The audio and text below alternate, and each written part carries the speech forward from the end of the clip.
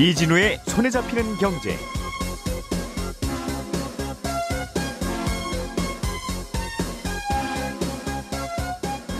안녕하십니까, 이진우입니다. 손에 잡히는 경제가 뽑은 오늘의 숫자는 357%입니다.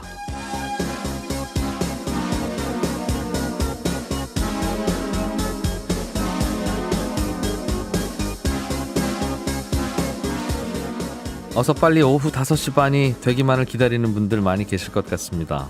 정현 선수가 페더러 선수와 호주 오픈 준결승전을 치르는 시각이지요. 참, 스포츠 선수 한 명이 이렇게 많은 사람들의 기분을 바꾸는 거 보면 스포츠의 힘이 정말 대단하다는 걸 다시금 느끼게 되는데요.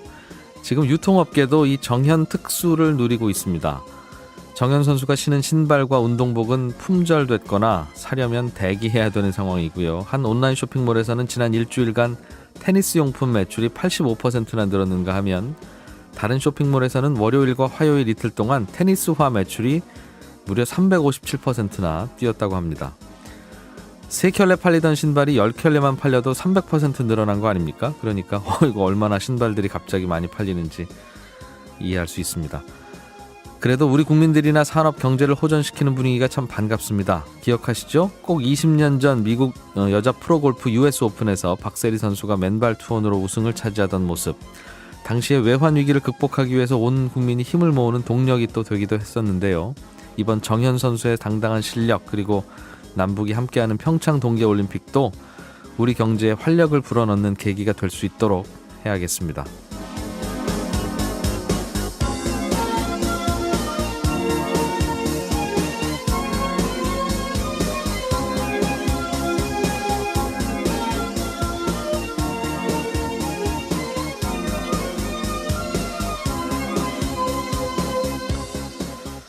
네, 1월 26일 손에 잡히는 경제입니다. 오늘은 조금 특별한 분을 스튜디오에 모시려고 합니다. 중소벤처기업부의 홍종학 장관을 잠시 후에 만날 예정인데요. 중소기업, 중소상인들이 요즘 겪고 있는 어려움들은 뭐고 앞으로 어떻게 풀어나갈 계획인지 여러 가지 얘기 좀 나눠보겠습니다.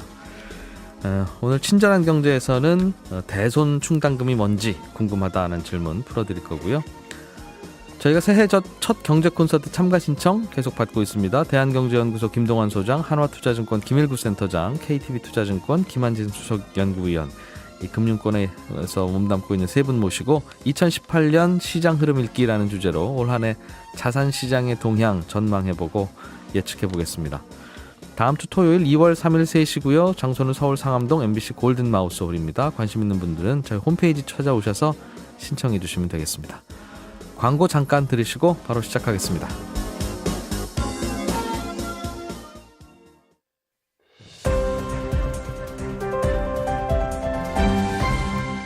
이진우의 손에 잡히는 경제. 네, 오늘 아침 경남 밀양 세종병원에서 화재가 발생했습니다. 현재 사망자가 33명으로 늘어난 상황인데 추가 수색도 진행되고 있고 구조된 분들 중에도 중상자가 많아서 추가 사망자가 더 늘지 않을지 걱정됩니다. 지금 또 양평, 이천, 거제, 사천, 산청, 창녕, 성송, 의성, 안동, 김천, 군위, 구미 내륙 지역이네요. 건조경보가 발령되어 있습니다. 불조심 각별히 좀 부탁드리겠습니다. 경제뉴스 따라잡기 한국경제TV 김치영 기자와 함께합니다. 어서 오십시오. 네, 안녕하세요. 연말 되면 이제 주주총회에 주주들이 가야 되는데 예. 예전에는 실제로 주총장에 가야 되고 손님들 참 안 오셔서 또 주총꾼이라고 하나요? 예.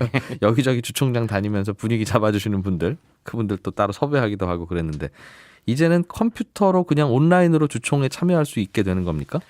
원래는 사실 이 제도 전자투표라는 주총에 전자투표 제도가 도입된 것은 꽤 됐습니다. 2009년도 5월에 도입이 됐으니까요. 하려고 했으면 할 수 있었던 거거든요. 네. 근데 이게 의무사항은 아니었기 때문에 상장사가 우리는 온라인으로도 할래요라고 하면 할 수 있었고요. 뭐 도입하지 않으면 못했는데 이제는 그 흔히 말하는 HTS라 그래서 홈 트레이딩 시스템이라고 그러죠. 컴퓨터를 네. 켜놓고 주식 매매를 할 수 있는 이 사이트에서 손쉽게 주주총회에 전자투표를 할 수 있게 해주겠다라는 게 이제 금융위의 발표라고 보시면 되겠죠. 그러니까 예를 들면 아직 정확한 방법은 나오지 않았는데요. 저의 예상인데 뭐 내가 가입한 그 투자한 회사들의 정보는 증권사들이 다 가지고 있잖아요. 네. 그러면 이제 팝업창 같은 게 떠서 주총이 있습니다. 전자투표를 참여하시겠습니까? 라고 하면 이제 클릭을 해놓고 네. 나중에 안건도 거기서 쉽게 볼 수 있고. 참여할 수 있게 하든지 아니면 지금 반대다. 예탁결제원에서 이제 이 전자투표와 관련된 시스템을 다 가지고 있는데요. 지난해 연말에 모바일 시스템을 열었습니다. 그래서 모바일 시스템으로 연결될 수 있게만 해줘도 네. 예. 사실 오늘 주총이 있구나. 모바일로 쉽게 할 수 있네 네. 라고 할 수 있도록 해주겠다 이런 얘기가 되겠습니다. 좋은 제도네요. 그런데 지금까지는 이렇게 하려면 할 수는 있었는데 해당 네. 기업이 우리 하겠습니다라고 신청하고 증권사한테 부탁도 하고 해야 되는 일이었는데 예. 앞으로는 그럼 모든 기업들이 다 이렇게 하도록 강제한다는 겁니까? 강제한다는 내용은 아닙니다. 단지 투자자들이 조금 더 관심을 갖고 쉽게 접근할 수 있도록 해주겠다라는 것이고요. 네. 아직까지 뭐 상법이나 이런데 전자투표를 의무적으로 하도록 하십시오라는 강제 조항은 없습니다. 그래서 사실 이 문제가 지금 좀 뭐 여러 가지 논의가 되고 있는 사안인데요. 2009년 5월에 상법 개정을 통해서 전자투표는 도입이 됐는데 법으로 이렇게 강제를 하지 않다 보니까 참여율이 한 10% 정도밖에 되지를 않았어요. 네. 그리고 이제 말씀드린 대로 예탁결제원에 우리는 이거 할래요라고 신청을 해야만 할 수 있는 상황이었고 그러다 보니 조금 이 도입률을 높여야 된다라는 얘기가 나왔고요. 작년 연말에 이제 섀도우 보팅이라고 해서 그게 작년 연말로 이제 폐지된다. 섀도우 보팅이라고 하면 주주총회에 참석한 주주들이 찬반 의결을 하고 참석하지 않은 주주들 비율도 그냥 찬반 의결하고 똑같이 이렇게 쳐서 해주는 제도를 이제 보통 섀도우 보팅이라고 했거든요. 주주가 100명이라도 예. 그중에 한 5명만 모여서 3명은 찬성, 2명은 반대. 그러면 그냥 주주 100명 중에 3대 2로 찬성이 우세한 걸로 본다는 거죠. 예, 그렇습니다. 근데 사실 주주총회는 4분의 1은 참석해야 되기 때문에 네. 뭐 5명만 참석해서는 주주총회 자체가 열리진 않는데 그러니까 그 섀도우 보팅 제도가 없어지니까 이제는 전자투표를 조금 더 활성화해야 된다라는 목소리가 지금 같이 나왔죠. 그렇지 않으면 다 모아야 되니까. 예. 생각해보면 사실은 그동안 모바일 투표 가능하도록 전자투표 가능하도록 만들어 놓은 솔루션 시스템은 있는데 그렇죠. 그런 시스템으로 일단 우리 주주님 빨리 접속하셔서 표 좀 전자투표로 해주세요라고 하는 게 얼마나 많은 비용이 들고 그러느니 오시라고 하지. 그런데 이 HTS 대부분의 경우에 이걸로 하시는 분들이 많으니까 여기에 띄우는 거는 괜찮은 아이디어네요. 네, 아이디어는 굉장히 괜찮은 것 같고요. 네. 그리고 사실 전자투표를 기업들이 도입하는 게 단순하게 생각하면 되게 좋다. 이거 그냥 하면 되지 왜 지금까지 안 하고 있어? 네. 라고 생각할 수 있는데 여러 가지 이 안에 계산법이 좀 들어 있습니다. 기업들에. 그러니까 앞서 말씀드린 대로 주주총회는 주주의 4분의 1이 참석하면 일단은 개최를 할 수가 있도록 돼 있거든요. 네. 그러다 보니까 국내의 작은 기업들 주로 중소형 기업들 같은 경우에는 대주주의 지분이나 우호 지분이 4분의 1을 넘는 경우가 되게 많아요. 그렇겠죠. 회장님만 오셔도 일단은 되는 걸 수 예. 있고요. 25%만 그러니까 넘으면 굳이 네. 많은 사람이 와 봐야 말만 많고 예, 좀 말만 많고 시끄러우니 야 우리들끼리 하자 이런 것도 있거든요. 그러니까 전자투표를 해서 많은 사람들이 왜 참여하게 해? 라는 것도 사실은 좀 숨어 있었던 것이고요. 네. 그리고 뭐 아주 적은 거긴 합니다만은 전자투표를 하려면 비용이 들죠. 그러니까 오프라인으로 주주총회도 개최하고 전자투표라는 따로 이제 개최를 해야 되기 때문에 비용을 확인해 보니까 이게 그 회사의 자본금하고 네. 주식 수하고 이렇게 해서 계산을 하더라고요. 그래서 주총 한 번 할 때 적으면 뭐 100만 원에서 많으면 한 500만 원까지 비용이 소요가 된다라고 하는데 네. 굳이 뭐 안 해도 되는데 우리가 이것까지 지출을 할 필요가 있어라는 심리도 좀 들어 있었던 것 같고요. 네. 그렇다 보니 이런 것들을 그냥 있어도 활용하지 않았던 건데 이제는 정부에서도 소액주주들의 목소리도 좀 높여야 된다. 의결권을 제대로 행사해라라는 것도 지금 강조를 하고 있고 기업들 입장에서도 뭐 앞서 말씀드린 것처럼 섀도우 보팅 제도 등이 폐지되면 일부 문제가 되는 기업들도 있고 그래서 전자투표를 조금 더 독려하자 이런 네. 차원에서 하고 있다고 봐야죠. 우리 투표하면 뭐 돈 주는 걸로 합시다. 뭐 이런 아이디어도 가끔 나오지 않습니까? 네. 투표를 높이기 위해서 아니면 안 한 사람 벌금 물게 합시다라든가. 혹시 어떨지 모르겠는데 주총에 참석하거나 전자투표 한 사람만 배당을 주는 방식으로 배당을. 그러면 인센티브도 되고 될 것 같은 생각이 얼핏 드네요. 그 아이디어가 조금 들어 있습니다 이번에. 네. 이번에는 조금 약간 마케팅을 강화하자, 그러니까 홍보를 좀 많이 하자라고 돼 있어서 전자투표에 참여한 사람들에게 기프티콘이라고 그러죠. 네. 그런 걸 이번에 좀 준다고 하니까 뭐 배당까지는 아니겠지만 아주 작은 뭐 인센티브를 좀 준다고는 하는데요. 법안을 통해서 전자투표를 아예 의무화하자라는 움직임도 현재 있습니다. 그래서 발의된 법안도 있거든요. 근데 이게 통과될지는 아까 말씀드린 것처럼 기업들 입장에서는 이거를 의무화하기가 조금 애매한 부분도 있다라는 주장도 있죠. 그러게요. 이게 주총을 참석하려고 해도 네. 날짜 보면 하루에 뭐 특별히 뭐 언제 뭐 2월 며칠에 무슨 금요일 날 오전에 다 해버리니까 네네. 정말 참석하려고 해도 몸이 10개여야지 가능한 경우도 꽤 있어요.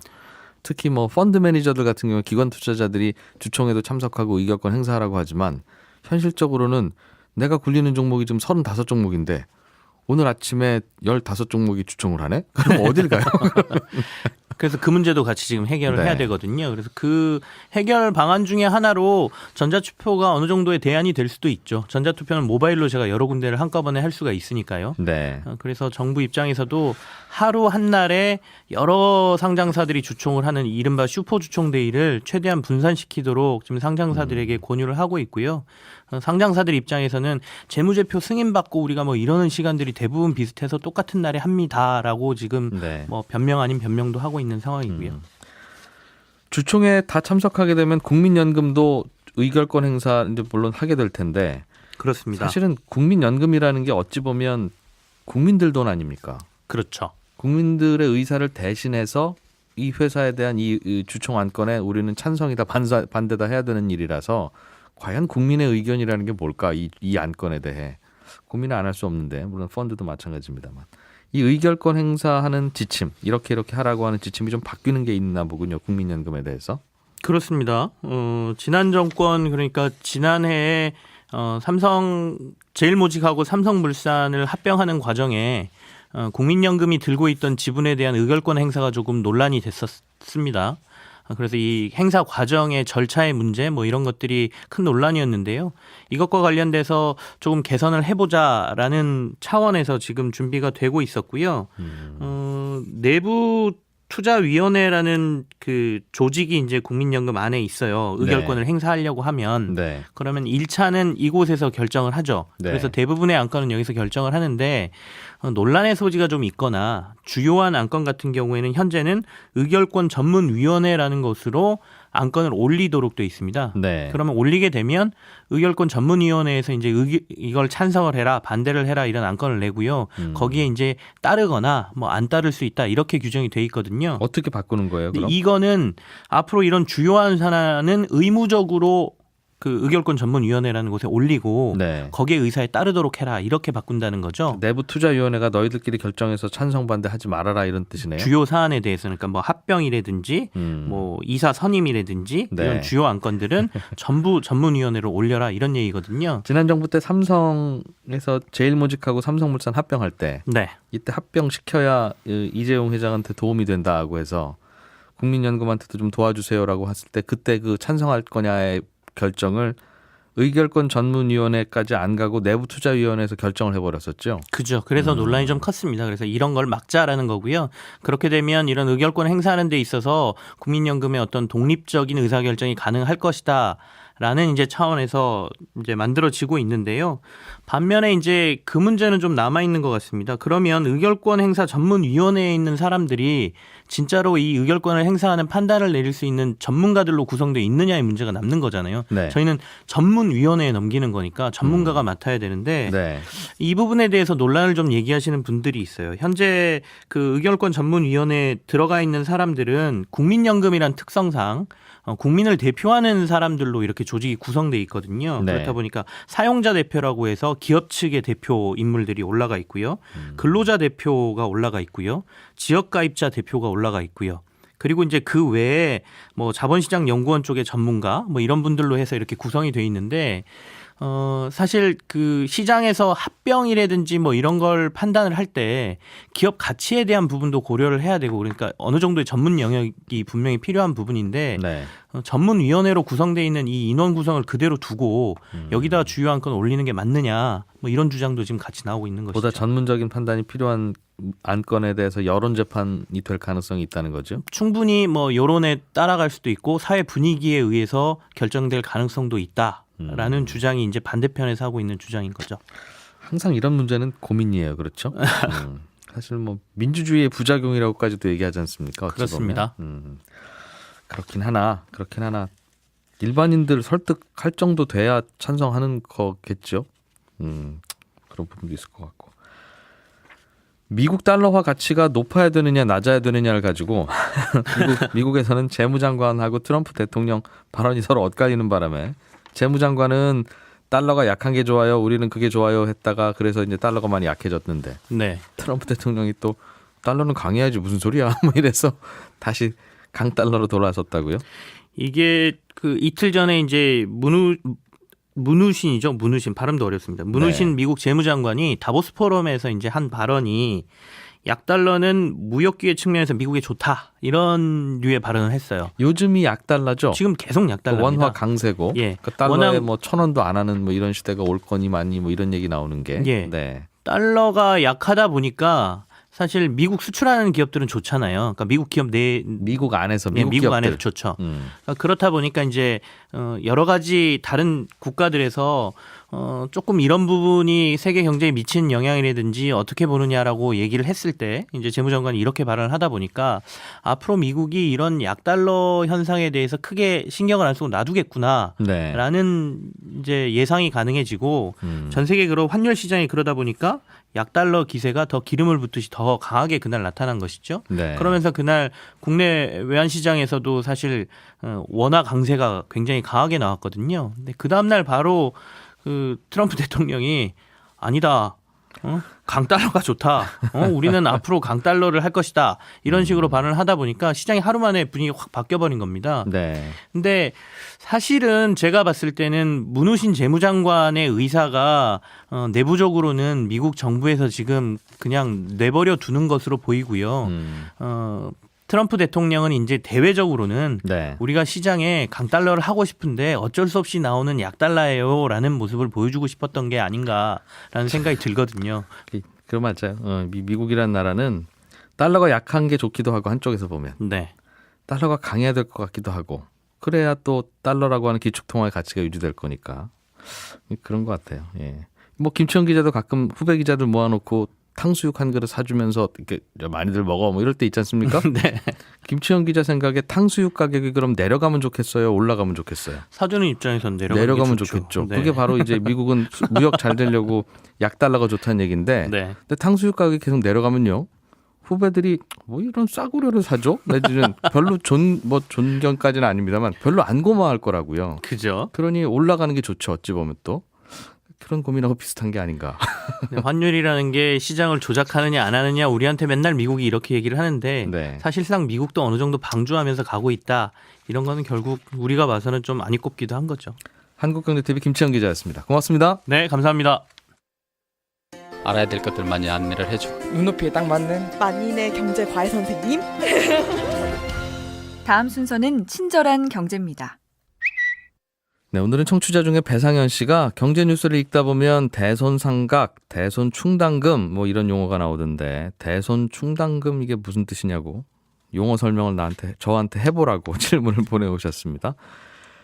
대손 충당금은 이런 겁니다. 은행이 100명한테 1억 원씩 100억 원을 총 대출해줬다고 쳐보죠. 그러면 은행은 속으로는 이 100명이 다 그 돈 다 갚을 거라고 생각하지 않습니다. 은행장은 분명히 이렇게 생각합니다. 야, 내가 은행만 30년 해봐서 아는데 확률적으로 이 중에 3명은 분명히 돈 못 갚거나 안 갚아. 그러니까 올해 벌어들인 이익 중에 아예 3억 원은 떼어놓자. 그 돈은 없다. 돈 떼었다고 생각하자고. 올해 이익이 얼마나 났지? 50억 났어? 그러면 1억씩 빌려간 100명 중에 3명은 아예 못 갚을 거니까 3억 원은 떼고 올해 이익이 47억 원만 난 걸로 아예 장부에다 기록하자. 그래서 이렇게 떼어놓은 돈 3억 원이 바로 대손 충당금입니다. 그러니까 손실에 대비해서 미리 쌓아놓은 충당금 이런 뜻이고요. 이건 뭐 그 은행의 현금 보유액하고 아예 별도로 따로 관리합니다. 없는 돈이라고 생각하고 금고에 딱 넣어놓는 겁니다. 은행뿐만 아니라 기업도 마찬가지죠. 거래처에 깔아놓은 외상값 이거 사실은 현실적으로 100% 다 못 받거든요. 그럼 경험상 우리는 한 10%는 늘 못 받더라 그러면 외상 깔아놓은 돈의 10%는 아예 따로 떼어서 없는 돈이라고 가정하고 그냥 기업 앞마당에다 묻어놓는데 이게 바로 대손 충당금입니다. 이렇게 대손 충당금을 쌓아놨는데 아니나 다를까 역시 대출 못 갚은 사람이 3명이 생겨서 3억 원을 못 받았으면 그 대출금은 이 외상값은 못 받은 걸로 간주하고 장부에서 그냥 털어버립니다. 어차피 이 돈 못 받을 걸로 생각하고 금고에 넣어둔 돈 있죠? 예, 그걸 다시 이제 그걸 쓰는 겁니다. 그래서 그걸 대손상각이라고 부르죠. 우리 일상생활에서도 비슷한 거 있습니다. 예를 들어서 내 여자친구는 또는 내 남자친구는 약속 시간에 늘 30분씩 늦게 나오더라 그러면 나는 30분은 당연히 기다리려니 이렇게 생각하잖아요. 그런 뭐 남자분, 여자분이 있으면 그분은 마음속에 대손 충당금 30분을 미리 그냥 마음에 쌓아 두신 겁니다. 그러다가 여자친구가 또는 남자친구가 정말 30분을 늦게 오면 그분은 뭐 아무 충격 안 받죠? 뭐 당연히 늦을 걸로 생각하고 있었으니까 대손 충당금을 마음속에 이미 쌓아놓고 있었으니까요. 이제 그러다 진짜 늦게 오면 대손 상각을 하면 되는 거고요. 어이구 이 친구가 의외로 제 시간에 왔다 그러면 회계 용어로는 대손 충당금 환입이 되는 겁니다. 친절한 경제였습니다.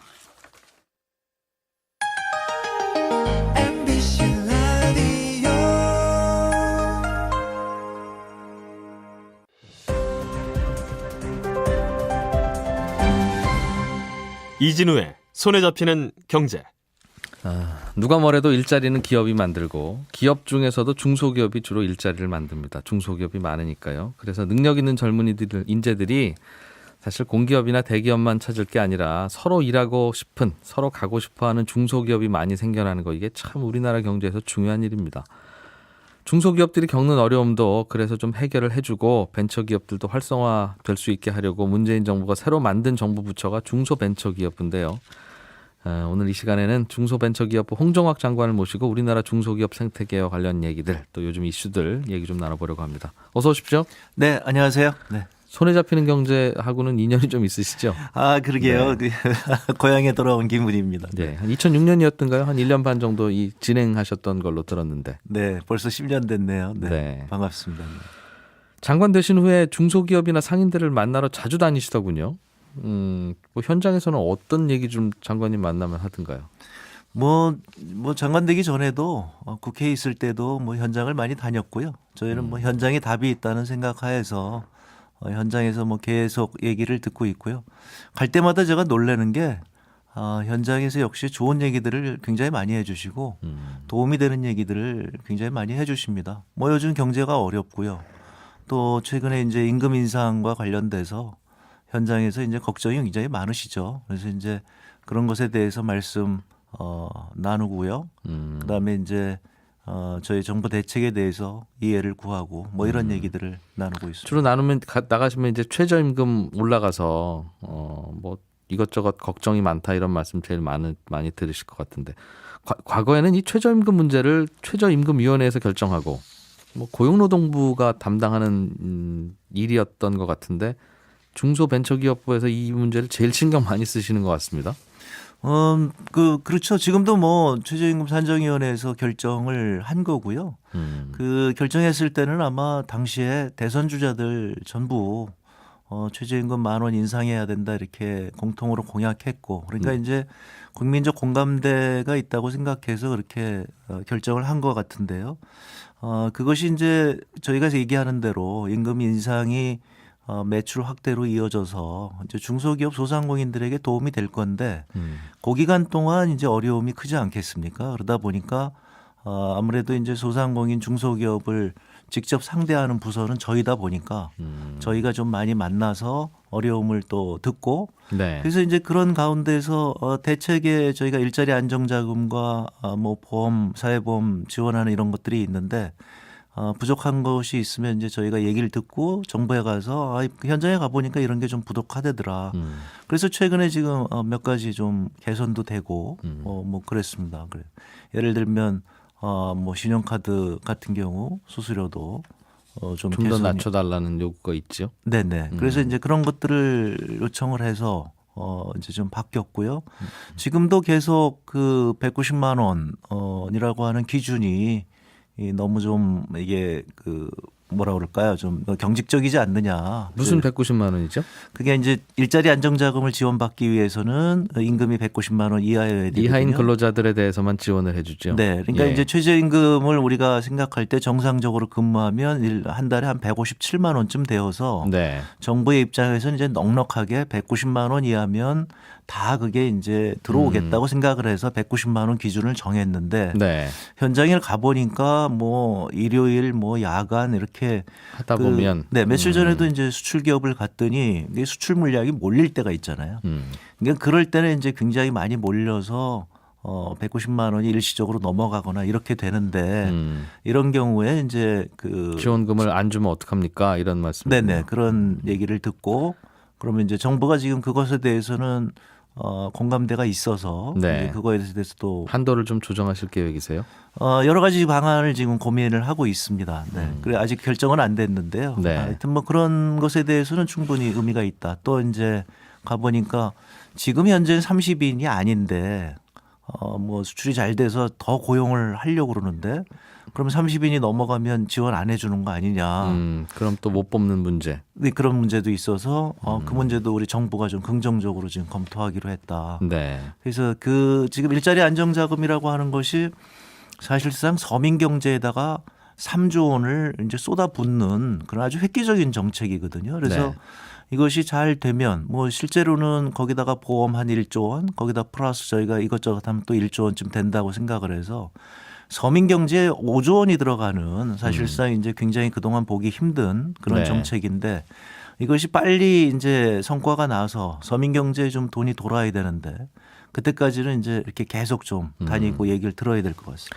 그래서 결국은 최저임금을 이번에 과거의 인상폭보다는 대폭 올려서 상인들이 당연히 이제 어렵게 생각할 거고요. 고용주 입장에서는.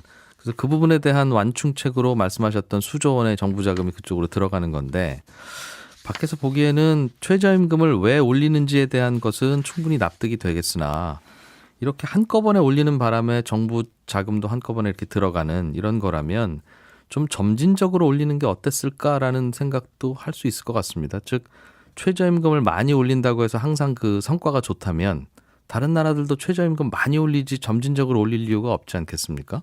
그래서 그 부분에 대해서는 어떻게 생각하십니까?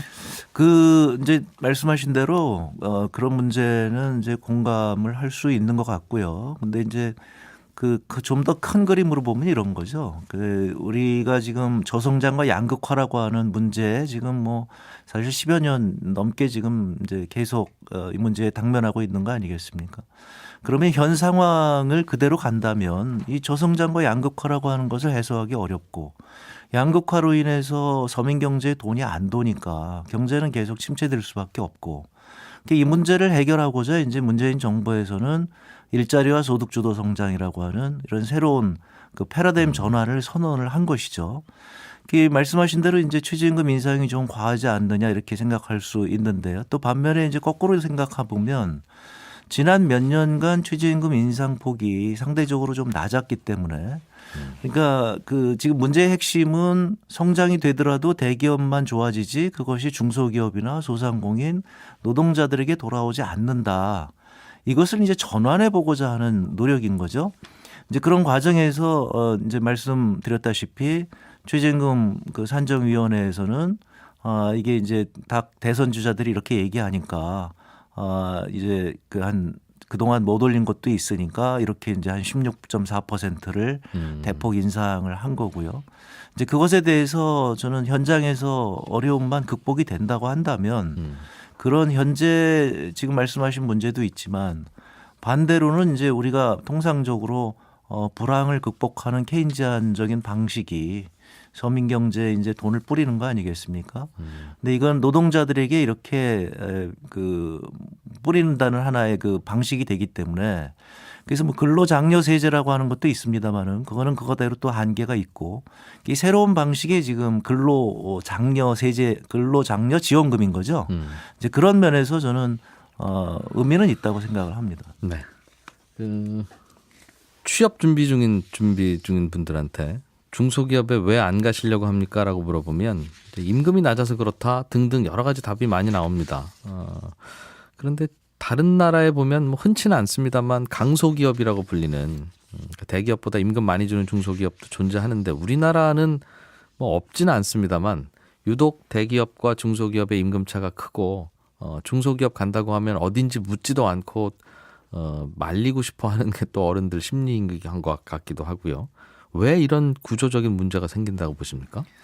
이게 이제 한국의 재벌 구조하고 저는 연관이 있다고 생각을 합니다. 그래서 이제 재벌들이 사실상은 제가 계속 말씀드리는 게 우리 86년, 87년, 88년도에 10% 이상 3년 연속 성장했거든요. 그리고 그때 이제 60 시민한 혁명이 일어나서 노동자들에게 그 대가가 돌아가고 막 이랬죠. 그래서 그때 경제가 굉장히 좋았습니다. 그러다가 이제 외환위기가 오고 나서 대기업 스스로가 이제 굉장히 위험해지니까 존폐 위기에 몰리다 보니까 제기업이 먼저 살아남기 위해서 이제 중소기업들의 이른바 이제 뭐 쥐어짜기가 시작됐다 그럴까요? 그리고 중소기업들을 전속기업으로 만들면서 이렇게 그 뭐라 그럴까요? 중소기업들한테 다른 여지를 주지 않은 이게 고착화되어 버렸죠. 우리 회사에만 납품해 이런 사실상의 독점 하청 기업이 된다는 거죠. 그렇습니다. 이렇게 독점 하청 기업이 되다 보니까 대기업이 납품 단가를 인하를 하는 게 굉장히 용이해졌고 그것이 이제 다른 나라보다 훨씬 대중소기업 간 기업 격차가 많이 나게 되는 네. 이런 현상이 벌어지게 된 것이죠. 여기 아니면 다시는 납품할 곳이 없으니 네. 뭐 낮출 때까지 낮출 수 있는 게 아니겠느냐라는 네. 생각을 한다는 거죠. 그렇습니다. 그러니까 대기업이 또 그렇게 조장을 해간 면도 있고요. 이제 네. 다른 데하고 납품하면 그럼 우리 끊겠다 이러니까 이제 큰 납품업체는 이제 어쩔 수 없이 종속이 된 그런 상황이고요. 그래서 이것을 이제 좀 바꿔보자고 저희가 생각을 하는 거고요. 며칠 전에 현대자동차에서 저희하고 상생 MOU를 맺었습니다. 그래서 2차, 3차, 그러니까 1차는 그동안 뭐 좀 상생협약에 의해서 많이 지원을 해왔는데 2차, 3차는 우리하고 관계가 없다고 그동안 이제 대기업이 지원을 하지 않았었는데. 그러니까 2차, 3차 아래로 내려가는 하청업체들은 그렇습니다. 네, 예. 근데 이제 엊그저께 현대차에서 500억의 상생기금을 이제 출연을 하고 네. 그것을 이제 대중소기업 우리 상생재단에서 현대자동차의 2, 3차 기업의 최저임금 인상에 따라서 부담이 되는 그런 기업들을 돕고자 하는 이런 새로운 지금 상생 기제를 만들고 있습니다. 저는 이런 것들이 하나의 우리 사회가 다 함께 성장을 해보자고 하는 그 전환점이 될 수 있지 않을까 해서 굉장히 현대차에 대해 감사를 드렸고요. 네. 그러니까 지금 제가 말씀드리는 건 저희가 말씀드리는 건 뭐냐면 중소기업이 자꾸 임금이 낮고 좋은 인력이 안 가다 보니까 경쟁력이 떨어졌고 기술력이 떨어졌고 이것이 결국 대기업의 경쟁력까지 떨어뜨린다는 겁니다. 그러니까 이제 대기업의 입장에서 보면 이 단가는 높은데 뭐 품질이 좋지도 않고 그러니까 네. 이제 해외로 자꾸 나가게 되고요. 예. 이 악순환을 끊지 못하게 되면 우리는 공멸한다. 그래서 이제 그것을 지금 끊기 위해서 노력하고 있다 이런 말씀을 드리겠습니다. 그래서 그 취지는 충분히 이해도 가고 거기가 바로 고민의 포인트라는 것에도 많은 분들이 공감을 하는데 문제는 이제 그걸 푸는 방법에서 그러면 현대차에 납품하는 기업들에게 좀 더 납품 단가를 후하게 주자는 결과가 되는 것인데 상생기금으로 풀리든 납품 단가를 올리든. 근데 사실은 지금은 현대차에 예를 들면 부품 하나를 1,000원에 납품하는 중소기업이 한 곳만 있어서가 아니라 예를 들면 1,200원이나 1,300원이면 우리도 납품하겠는데 네. 1,000원에는 어렵기 때문에 딱 1,000원에 가능하다는 곳 그 한 곳에게만 이제 납품이 되는 건데요. 그런데 납품 단가를 후하게 쳐주면 1,200원이나 1,300원이라면 우리도 납품하겠다는 중소기업이 반드시 생깁니다. 네네. 그러면 그 세 곳, 네 곳 중소기업 중에 어느 곳을 선택해서 현대차가 납품받아야 하느냐. 특히 한 곳만 선택해서 그쪽에서 1,300원에 납품하세요라고 하면 그건 특정한 그 중소기업에 대한 독점적인 혜택일 뿐이지 이게 경쟁이 제대로 안 되는 것 아니겠는가 하는 그런 고민거리입니다. 네네 그렇습니다. 근데 이제 그것을 또 역으로 보면요. 여러 개의 업체가 그렇다고 한다면 이제 품질이 좋은 업체를 우리가 선정을 하게 되겠죠. 네. 지금 얼마 전에 저희가 스마트 공장 제가 견학을 갔더니 저희가 이제 스마트 공장 지원을 굉장히 많이 하는데 중소기업에 그 기업의 경우에 이렇게 스마트 공장으로 전환하고 나니까 불량률이 아주 대폭 떨어졌다는 거예요. 네. 그러니까 납품 단가가 뭐 인하를 걱정할 필요가 없이 그 스스로 이렇게 생산성을 높여가지고 막 이렇게 됐던 거죠. 그러니까 현대차 입장에서도 아니 뭐 대기업의 입장에서도 이게 불량률이 떨어지니까 네. 납품 단가를 높게 주더라도 오히려 이익이 되더라는 거죠. 그러니까 이것이 하나의 이제 특별한 사례이긴 했는데 그 성공 사례입니다. 그러니까 그 기업 같은 경우는 보니까 이제 BMW에서 와서 놀래가지고 불량률이 이렇게 낮냐? 뭐 100만 개를 만들었는데 제로 불량률을 네. 만약에 경이적인 그런 뭐 그까지 했다고 그래요. 그러니까 이제 그렇게 해서 세계 시장에 나가는 이런 방식이 저는 우리가 가야 될 게 아닌가 싶습니다. 그러니까 대기업의 우수한 기술력을 가지고 중소기업을 돕고 중소기업이 그런 경쟁력을 가지고 대중소기업이 같이 세계 시장을 향해 나가는 네. 이제 말씀하신 대로 이건 굉장히 어려운 일이고 현장에서는 그런 어려운 문제들이 있지만 이렇게 해서 자꾸 문제를 풀어나가는 게 예. 바람직하지 않은가 저희는 그렇게 생각하고 있습니다. 그렇겠어요. 그런 구도 자체가 또 남아 좀 오면 참 좋겠습니다만 현장에서는 대기업들한테 물어보면 이 중소기업 키우면 우리한테 납품하다가 이제 당연히 그럼 BMW한테도 납품하고 다 그렇게 이제 커나갈 텐데 처음에 우리 돈으로 살려놓은 기업이 다른 데 납품하면 이게 우리 경쟁력 과연 도움이 되는 건가 이런 고민 안 할 수 없다 현실적으로. 그래서 이게 답이 없고 좀 쉽지는 않은 문제입니다만 어려운 문제죠. 네. 근데 그래서 걱정이 되기도 하고 이렇게 하는 게 과연 지속성이 있는가 싶기도 하고요. 네. 고민거리가 좀 듭니다. 다른 외국에도 중소기업들 있을 텐데 좀 배워봐야 되겠다 하는 그런 제도들이 혹시 마음에 두신 게 있으십니까? 앞으로 당장이야 뭐 다른 이슈가 있습니다만. 일단은 뭐 지금 중소기업의 경우에는 독일이 가장 이제 그런 방면에서 앞서가고 있고요. 네. 그 독일이 지금 4차 산업혁명을 뭐 대대적으로 전면에 내세우면서 이렇게 하고 있는데 워낙 독일은 이제 중소기업 중심 경제이다 보니까 이 4차 산업혁명을 중소기업이 이끄는 이런 방식의 지금 경제 성장 전략을 취하고 있거든요. 네. 엊그저께도 제가 기자회견했더니 어떤 기자분이 아주 좋은 얘기를 해 주시던데 독일에서는 중소기업들이 여러 중소기업이 모여서 우리가 이런 기술을 필요로 하다 그러면 정부가 그런 기술을 지원을 해 주는데 우리는 개별 중소기업의 기술을 지원하다 보니까 이렇게 산업에 퍼지는 효과가 상대적으로 좀 낮다. 이런 얘기를 좀 해 주셨어요. 그래서 저는 그 얘기 들으면서 이런 건 굉장히 좋은 정책이라 우리가 빨리 받아들이는 게 좋겠다. 이런 독일 모델 같은 것을 지금 저희가 생각하는 거죠. 그래서 저희도 지금 스마트 공장을 전면적으로 2022년까지 2만 개까지 가겠다.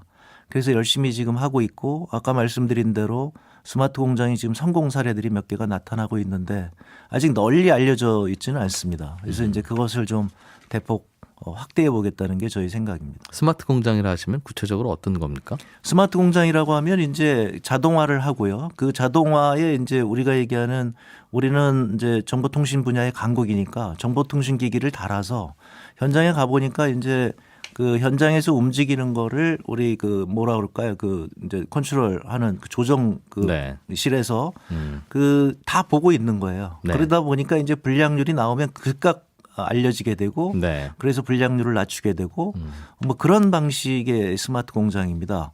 그래서 아직 지금 초기 단계가 많은데 이제 서서히 이제 그것을 고도화하는 단계로 지금 가고 있습니다.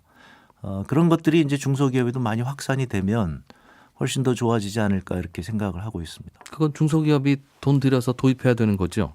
그래서 저희가 지원을 하고 있습니다. 그래서 그렇게 저희가 하면 지원하시는 거고. 네, 저희가 이제 그 많은 액수는 아닙니다만 지금 좀 높이려고 그러는데 중소기업이 자부담을 한다면 저희가 50% 내에서 5천만 원까지 저희가 지원을 하고 있습니다. 알겠습니다.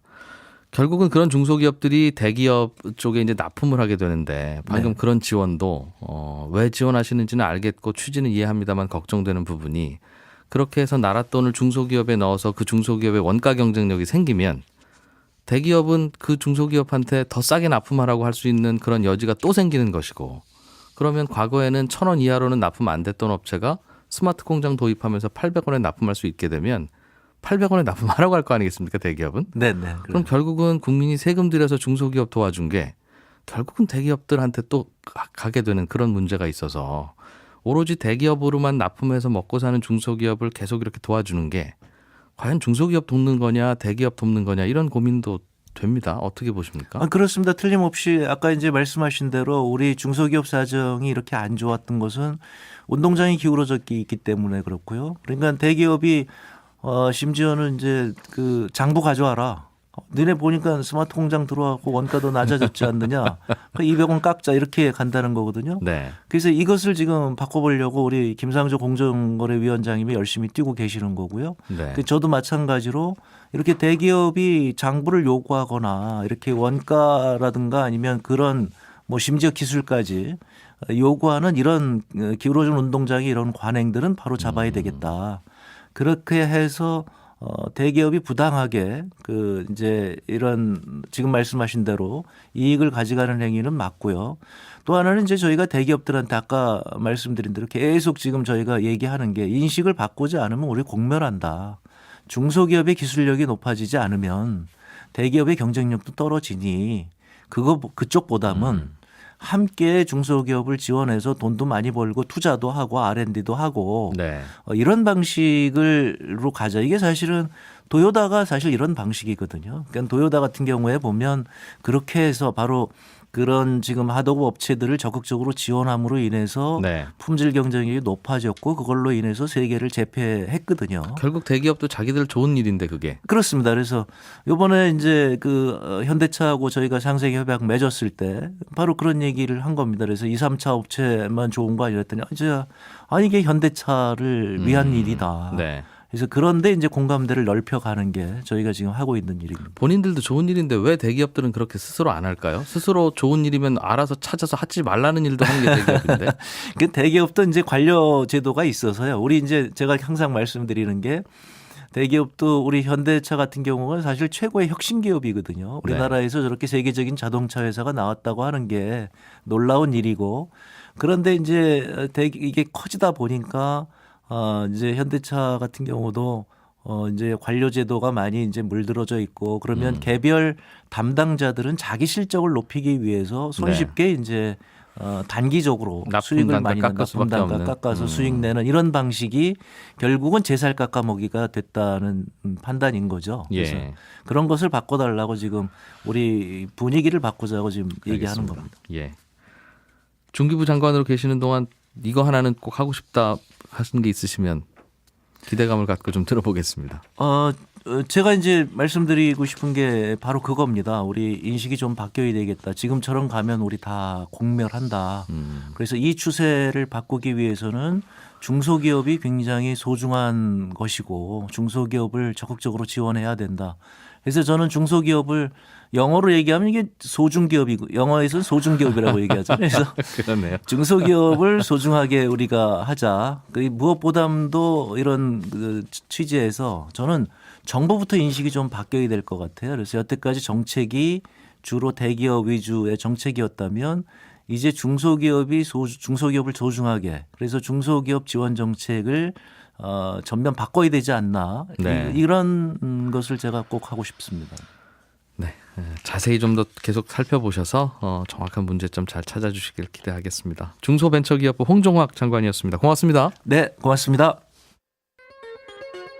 예, 손에 잡히는 경제 오늘은 여기서 인사드려야 되겠네요. 지금까지 저는 이진우였고요. 내일 오전 11시 10분에 다시 오겠습니다.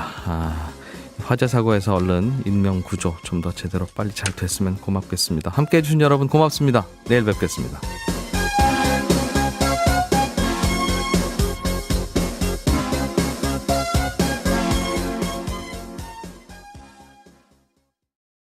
들로 구성되어 있느냐의 문제가 남는 거잖아요. 네. 저희는 전문위원회에 넘기는 거니까 전문가가 맡아야 되는데 네. 이 부분에 대해서 논란을 좀 얘기하시는 분들이 있어요. 현재 그 의결권 전문위원회에 들어가 있는 사람들은 국민연금이란 특성상 국민을 대표하는 사람들로 이렇게 조직이 구성돼 있거든요. 네. 그렇다 보니까 사용자 대표라고 해서 기업 측의 대표 인물들이 올라가 있고요. 근로자 대표가 올라가 있고요. 지역가입자 대표가 올라가 있고요.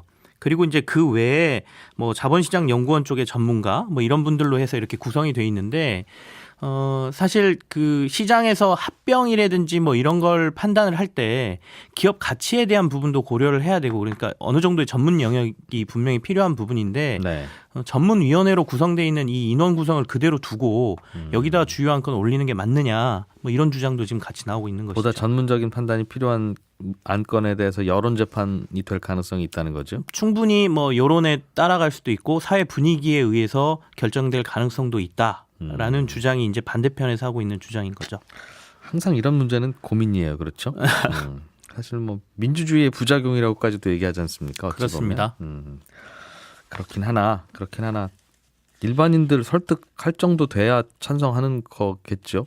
그런 부분도 있을 것 같고.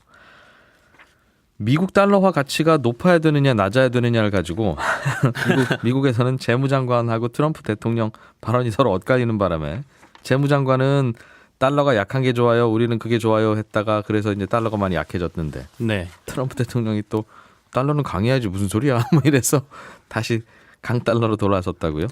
이게 그 이틀 전에 이제 문우신이죠. 문우신 발음도 어렵습니다. 문우신 네. 미국 재무장관이 다보스 포럼에서 이제 한 발언이 약달러는 무역기회 측면에서 미국에 좋다 이런 류의 발언을 했어요. 요즘이 약달러죠. 지금 계속 약달러입니다. 원화 강세고 예. 그 달러에 워낙 뭐 1,000원도 안 하는 뭐 이런 시대가 올 거니 많니 뭐 이런 얘기 나오는 게. 예. 네. 달러가 약하다 보니까 사실 미국 수출하는 기업들은 좋잖아요. 그러니까 미국 기업 미국 안에서 미국 기업들. 안에서 좋죠. 그러니까 그렇다 보니까 이제 여러 가지 다른 국가들에서 조금 이런 부분이 세계 경제에 미치는 영향이라든지 어떻게 보느냐라고 얘기를 했을 때 이제 재무장관이 이렇게 발언을 하다 보니까 앞으로 미국이 이런 약달러 현상에 대해서 크게 신경을 안 쓰고 놔두겠구나라는 네. 이제 예상이 가능해지고 전 세계 그런 환율 시장이 그러다 보니까 약달러 기세가 더 기름을 붓듯이 더 강하게 그날 나타난 것이죠. 네. 그러면서 그날 국내 외환 시장에서도 사실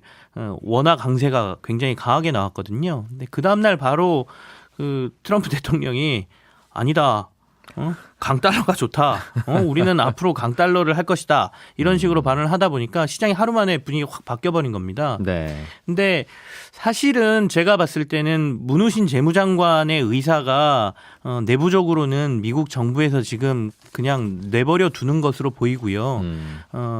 트럼프 대통령은 이제 대외적으로는 네. 우리가 시장에 강달러를 하고 싶은데 어쩔 수 없이 나오는 약달러예요라는 모습을 보여주고 싶었던 게 아닌가라는 생각이 들거든요. 그 맞아요. 미국이라는 나라는 달러가 약한 게 좋기도 하고 한쪽에서 보면.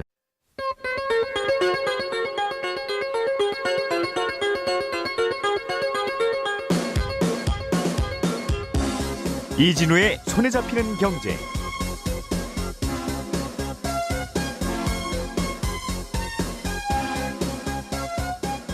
안녕하십니까, 이진우입니다. 손에 잡히는 경제가 뽑은 오늘의 숫자는 357%입니다.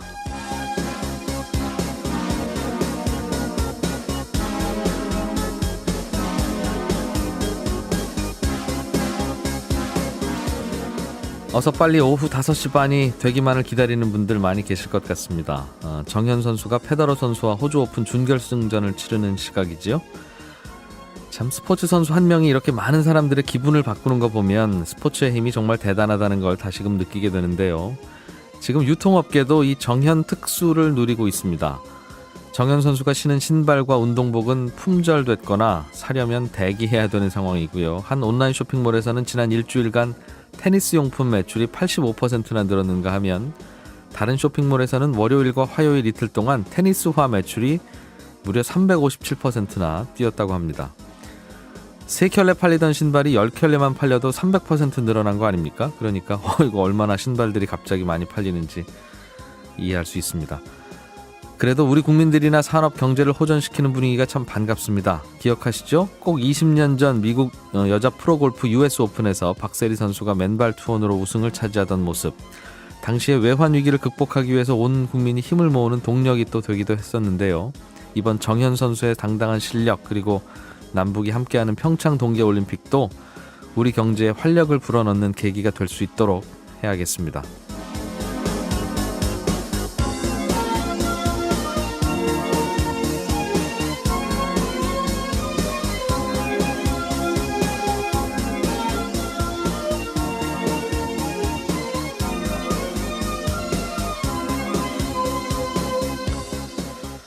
네, 1월 26일 손에 잡히는 경제입니다. 오늘은 조금 특별한 분을 스튜디오에 모시려고 합니다. 중소벤처기업부의 홍종학 장관을 잠시 후에 만날 예정인데요. 중소기업, 중소상인들이 요즘 겪고 있는 어려움들은 뭐고 앞으로 어떻게 풀어나갈 계획인지 여러 가지 얘기 좀 나눠보겠습니다. 오늘 친절한 경제에서는 대손 충당금이 뭔지 궁금하다는 질문 풀어드릴 거고요. 저희가 새해 첫 경제 콘서트 참가 신청 계속 받고 있습니다. 대한경제연구소 김동환 소장, 한화투자증권 김일구 센터장, KTB투자증권 김한진 수석연구위원, 이 금융권에서 몸담고 있는 세 분 모시고 2018년 시장 흐름 읽기라는 주제로 올 한 해 자산 시장의 동향 전망해보고 예측해보겠습니다. 다음 주 토요일 2월 3일 3시고요. 장소는 서울 상암동 MBC 골든마우스 홀입니다. 관심 있는 분들은 저희 홈페이지 찾아오셔서 신청해 주시면 되겠습니다. 광고 잠깐 들으시고 바로 시작하겠습니다.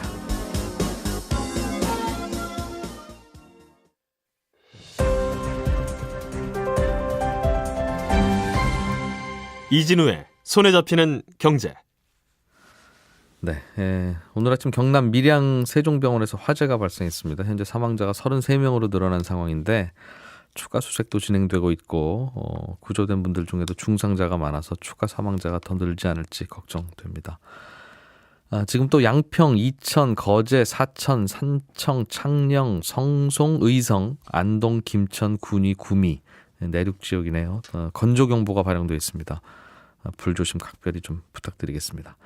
경제뉴스 따라잡기 한국경제TV 김치영 기자와 함께합니다. 어서 오십시오. 네, 안녕하세요. 연말 되면 이제 주주총회에 주주들이 가야 되는데 예. 예전에는 실제로 주총장에 가야 되고 손님들 참 안 오셔서 또 주총꾼이라고 하나요? 예. 여기저기 주총장 다니면서 분위기 잡아주시는 분들, 그분들 또 따로 섭외하기도 하고 그랬는데 이제는 컴퓨터로 그냥 온라인으로 주총에 참여할 수 있게 되는 겁니까? 원래는 사실 이 제도 전자투표라는 주총에 전자투표 제도가 도입된 것은 꽤 됐습니다. 2009년도 5월에 도입이 됐으니까요. 하려고 했으면 할 수 있었던 거거든요. 네. 근데 이게 의무사항은 아니었기 때문에 상장사가 우리는 온라인으로도 할래요라고 하면 할 수 있었고요. 뭐 도입하지 않으면 못했는데 이제는 그 흔히 말하는 HTS라 그래서 홈 트레이딩 시스템이라고 그러죠. 컴퓨터를 네. 켜놓고 주식 매매를 할 수 있는 이 사이트에서 손쉽게 주주총회에 전자투표를 할 수 있게 해주겠다라는 게 이제 금융위의 발표라고 보시면 되겠죠. 그러니까 예를 들면 아직 정확한 방법은 나오지 않았는데요. 저의 예상인데 뭐 내가 가입한 그 투자한 회사들의 정보는 증권사들이 다 가지고 있잖아요. 네. 그러면 이제 팝업창 같은 게 떠서 주총이 있습니다. 전자투표를 참여하시겠습니까? 라고 하면 이제 클릭을 해놓고 네. 나중에 안건도 거기서 쉽게 볼 수 있고. 참여할 수 있게 하든지 아니면 지금 반대다. 예탁결제원에서 이제 이 전자투표와 관련된 시스템을 다 가지고 있는데요. 지난해 연말에 모바일 시스템을 열었습니다. 그래서 모바일 시스템으로 연결될 수 있게만 해줘도 네. 예. 사실 오늘 주총이 있구나. 모바일로 쉽게 할 수 있네 네. 라고 할 수 있도록 해주겠다 이런 얘기가 되겠습니다. 좋은 제도네요. 그런데 지금까지는 이렇게 하려면 할 수는 있었는데 해당 네. 기업이 우리 하겠습니다라고 신청하고 증권사한테 부탁도 하고 해야 되는 일이었는데 예. 앞으로는 그럼 모든 기업들이 다 이렇게 하도록 강제한다는 겁니까? 강제한다는 내용은 아닙니다. 단지 투자자들이 조금 더 관심을 갖고 쉽게 접근할 수 있도록 해주겠다라는 것이고요. 네. 아직까지 뭐 상법이나 이런 데 전자투표를 의무적으로 하도록 하십시오라는 강제 조항은 없습니다. 그래서 사실 이 문제가 지금 좀 뭐 여러 가지 논의가 되고 있는 사안인데요. 2009년 5월에 상법 개정을 통해서 전자투표는 도입이 됐는데 법으로 이렇게 강제를 하지 않다 보니까 참여율이 한 10% 정도밖에 되지를 않았어요. 네. 그리고 이제 말씀드린 대로 예탁결제원에 우리는 이거 할래요라고 신청을 해야만 할 수 있는 상황이었고 그러다 보니 조금 이 도입률을 높여야 된다라는 얘기가 나왔고요. 작년 연말에 이제 섀도우 보팅이라고 해서 그게 작년 연말로 이제 폐지된다. 섀도우 보팅이라고 하면 주주총회에 참석한 주주들이 찬반 의결을 하고 참석하지 않은 주주들 비율도 그냥 찬반 의결하고 똑같이 이렇게 쳐서 해주는 제도를 이제 보통 섀도우 보팅이라고 했거든요. 주주가 100명이라도 예. 그중에 한 5명만 모여서 3명은 찬성, 2명은 반대. 그러면 그냥 주주 100명 중에 3대 2로 찬성이 우세한 걸로 본다는 거죠. 예, 그렇습니다. 근데 사실 주주총회는 4분의 1은 하루에 뭐 특별히 뭐 언제 뭐 2월 며칠에 무슨 금요일 날 오전에 다 해버리니까 네네. 정말 참석하려고 해도 몸이 10개여야지 가능한 경우도 꽤 있어요. 특히 뭐 펀드 매니저들 같은 경우 기관 투자자들이 주총에도 참석하고 의결권 행사하라고 하지만 현실적으로는 내가 굴리는 종목이 지금 35종목인데 오늘 아침에 15종목이 주총을 하네? 그럼 어딜 가요? 그래서 그 문제도 같이 지금 해결을 네. 해야 되거든요. 그래서 그 해결 방안 중에 하나로 전자투표가 어느 정도의 대안이 될 수도 있죠. 전자투표는 모바일로 제가 여러 군데를 한꺼번에 할 수가 있으니까요. 네. 그래서 정부 입장에서도 하루 한 날에 여러 상장사들이 주총을 하는 이른바 슈퍼주총데이를 최대한 분산시키도록 지금 상장사들에게 권유를 하고 있고요. 상장사들 입장에서는 재무제표 승인받고 우리가 뭐 이러는 시간들이 대부분 비슷해서 똑같은 날에 합니다라고 지금 네. 뭐 변명 아닌 변명도 하고 있는 상황이고요. 주총에 다 참석하게 되면 국민연금도 의결권 행사 이제 물론 하게 될 텐데 그렇습니다. 사실은 국민연금이라는 게 어찌 보면 국민들 돈 아닙니까? 그렇죠. 국민들의 의사를 대신해서 이 회사에 대한 이 주총 안건에 우리는 찬성이다 반대다 해야 되는 일이라서 과연 국민의 의견이라는 게 뭘까 이 안건에 대해 고민을 안 할 수 없는데 물론 펀드도 마찬가지입니다만 이 의결권 행사하는 지침 이렇게 하라고 하는 지침이 좀 바뀌는 게 있나 보군요. 국민연금에 대해서. 그렇습니다. 지난 정권 그러니까 지난해에 삼성 제일모직하고 삼성물산을 합병하는 과정에 국민연금이 들고 있던 지분에 대한 의결권 행사가 조금 논란이 됐었습니다. 그래서 이 행사 과정의 절차의 문제 뭐 이런 것들이 큰 논란이었는데요. 이것과 관련돼서 조금 개선을 해보자라는 차원에서 지금 준비가 되고 있었고요. 내부 투자위원회라는 그 조직이 이제 국민연금 안에 있어요. 의결권을 행사하려고 하면 네. 그러면 1차는 이곳에서 결정을 하죠. 네. 그래서 대부분의 안건은 여기서 결정을 하는데 논란의 소지가 좀 있거나 주요한 안건 같은 경우에는 현재는 의결권 전문위원회라는 것으로 안건을 올리도록 돼 있습니다. 네. 그러면 올리게 되면 의결권 전문위원회에서 이제 이걸 찬성을 해라, 반대를 해라 이런 안건을 내고요. 거기에 이제 따르거나 뭐 안 따를 수 있다 이렇게 규정이 돼 있거든요. 어떻게 바꾸는 거예요? 그럼? 이거는 앞으로 이런 주요한 사안은 의무적으로 그 의결권 전문위원회라는 곳에 올리고 네. 거기에 의사에 따르도록 해라 이렇게 바꾼다는 거죠. 내부 투자위원회가 너희들끼리 결정해서 찬성 반대하지 말아라 이런 뜻이네요. 주요 사안에 대해서는 그러니까 뭐 합병이라든지 뭐 이사 선임이라든지 네. 이런 주요 안건들은 전부 전문위원회로 올려라 이런 얘기거든요. 지난 정부 때 삼성에서 제일모직하고 삼성물산 합병할 때 네. 이때 합병시켜야 이재용 회장한테 도움이 된다고 해서 국민연금한테도 좀 도와주세요라고 했을 때 그때 그 찬성할 거냐의 결정을 의결권 전문위원회까지 안 가고 내부투자위원회에서 결정을 해버렸었죠. 그죠. 그래서 논란이 좀 컸습니다. 그래서 이런 걸 막자라는 거고요. 그렇게 되면 이런 의결권 행사하는 데 있어서 국민연금의 어떤 독립적인 의사결정이 가능할 것이다. 라는 이제 차원에서 이제 만들어지고 있는데요.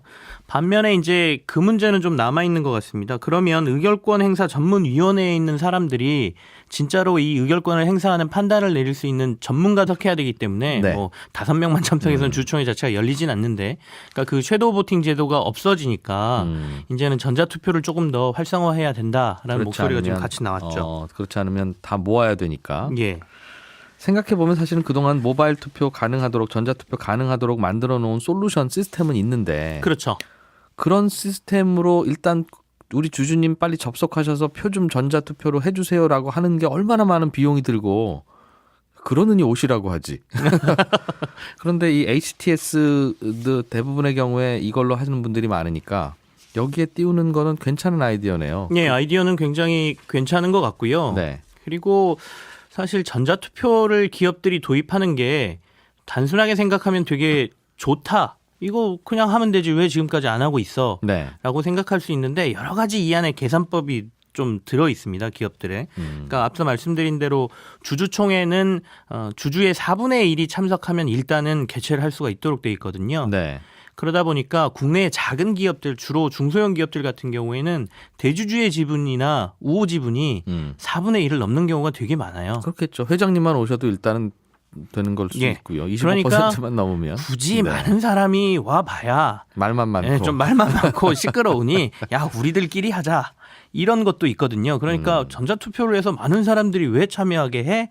라는 것도 사실은 좀 숨어 있었던 것이고요. 네. 그리고 뭐 아주 적은 거긴 합니다만은 전자투표를 하려면 비용이 들죠. 그러니까 오프라인으로 주주총회도 개최하고 전자투표라는 따로 이제 개최를 해야 되기 때문에 비용을 확인해 보니까 이게 그 회사의 자본금하고 네. 주식 수하고 이렇게 해서 계산을 하더라고요. 그래서 주총 한 번 할 때 적으면 뭐 100만 원에서 많으면 한 500만 원까지 비용이 소요가 된다라고 하는데 네. 굳이 뭐 안 해도 되는데 우리가 이것까지 지출을 할 필요가 있어라는 심리도 좀 들어 있었던 것 같고요. 네. 그렇다 보니 이런 것들을 그냥 있어도 활용하지 않았던 건데 이제는 정부에서도 소액주주들의 목소리도 좀 높여야 된다. 의결권을 제대로 행사해라라는 것도 지금 강조를 하고 있고 기업들 입장에서도 뭐 앞서 말씀드린 것처럼 섀도우 보팅 제도 등이 폐지되면 일부 문제가 되는 기업들도 있고 그래서 전자투표를 조금 더 독려하자 이런 네. 차원에서 하고 있다고 봐야죠. 우리 투표하면 뭐 돈 주는 걸로 합시다. 뭐 이런 아이디어도 가끔 나오지 않습니까? 네. 투표를 높이기 위해서 아니면 안 한 사람 벌금 물게 합시다라든가. 혹시 어떨지 모르겠는데 주총에 참석하거나 전자투표 한 사람만 배당을 주는 방식으로 배당을. 그러면 인센티브도 되고 될 것 같은 생각이 얼핏 드네요. 그 아이디어가 조금 들어 있습니다 이번에. 네. 이번에는 조금 약간 마케팅을 강화하자, 그러니까 홍보를 좀 많이 하자라고 돼 있어서 전자투표에 참여한 사람들에게 기프티콘이라고 그러죠. 네. 그런 걸 이번에 좀 준다고 하니까 뭐 배당까지는 아니겠지만 아주 작은 뭐 인센티브를 좀 준다고는 하는데요. 법안을 통해서 전자투표를 아예 의무화하자라는 움직임도 현재 있습니다. 그래서 발의된 법안도 있거든요. 근데 네. 이게 통과될지는 아까 말씀드린 것처럼 기업들 입장에서는 이거를 의무화하기가 조금 애매한 부분도 있다라는 주장도 있죠. 그러게요. 이게 주총을 참석하려고 해도 네. 날짜 보면